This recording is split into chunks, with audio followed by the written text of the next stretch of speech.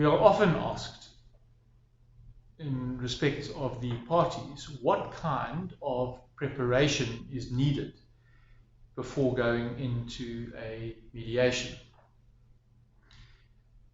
My advice on this is to perhaps look at this in two areas. The first is, what kind of behaviors do you need to start contemplating? And the second is, what kind of attitude do you need to take into the moment with you?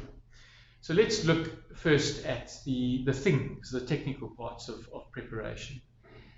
And in discussing these, I think we must be very mindful that the mediator will, in fact, guide you from a process point of view through what needs to happen at each stage. And in order to optimize or maximize the opportunity with the mediator, especially at the individual meetings, is possibly going into a mediation, you ensure that you have clarity in your own mind of the issues that have led into this conflict, the things that are bothering you, the things that are causing the harshness in the space.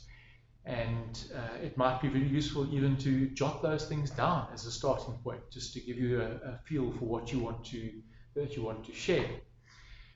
I think it would be very important that you look at the issues that you need to change. You need to be sure that you have got an honest view on what you need to be expressed, and very importantly, that you ensure that everything that is on your plate, everything that is bothering you, everything is in fact put down and brought out, so that you can share that with firstly the facilitator, the mediator, and he will assist you then to structure it so that you can then also share it with the other party.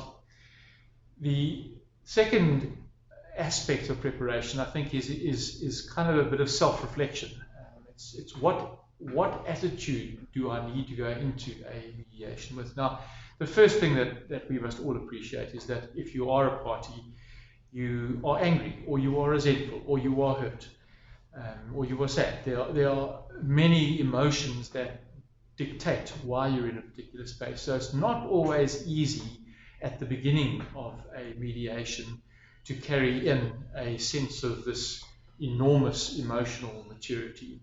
And you need to give yourself a little bit of space to allow yourself to get there. But I think what would be very helpful is to think through what has to change in this space that I'm in order for me to feel happy. What has to adapt so that I can find the best version of myself in everything that has been going on.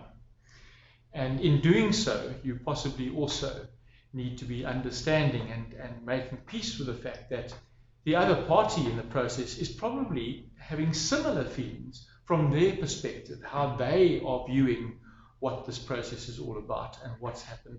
And they are feeling that certain things need to change as well. So in some ways, perhaps your best preparation in these spaces is in fact to kind of say, put yourself in the shoes of the other person and try and see if there's a way that you can recognize that some things are going to get said that might be very difficult to tolerate from your own perspective. And in moments of this, that can you just give yourself pause to take on board what is being said. And I think the last term or the last thought that I must leave with you in this regard is to say, don't over prepare, because you are in a state of conflict. It is difficult for you, and that is recognized by the mediator. That's why the mediator is going to be there. So possibly in preparation, the idea is to get yourself aligned, but don't over prepare. Rely, have faith in the mediator, have faith in the process, and go in there with the view of, I'm willing to give this a try, even if it's difficult. If you've got that in place, the mediation is very likely to be fantastically successful.